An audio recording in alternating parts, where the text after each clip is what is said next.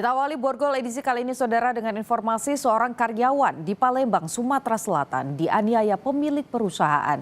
Tangan korban diikat lalu dipukuli menggunakan kayu hingga korban mengalami luka lebam.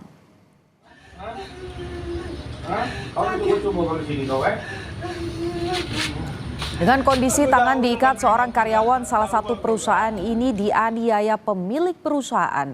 Korban dianiaya menggunakan balok kayu di tempat kerjanya di Kecamatan Sukarame, Palembang.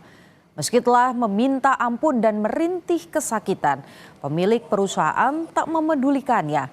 Berbekal video viral, unit pidana umum Polrestabes Palembang menangkap pelaku.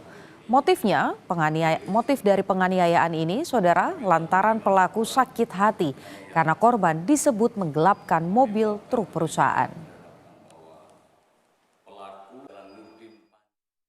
Alias AJ sebagai tersangka dugaan tindak pidana kekerasan secara bersama-sama kepada orang atau barang.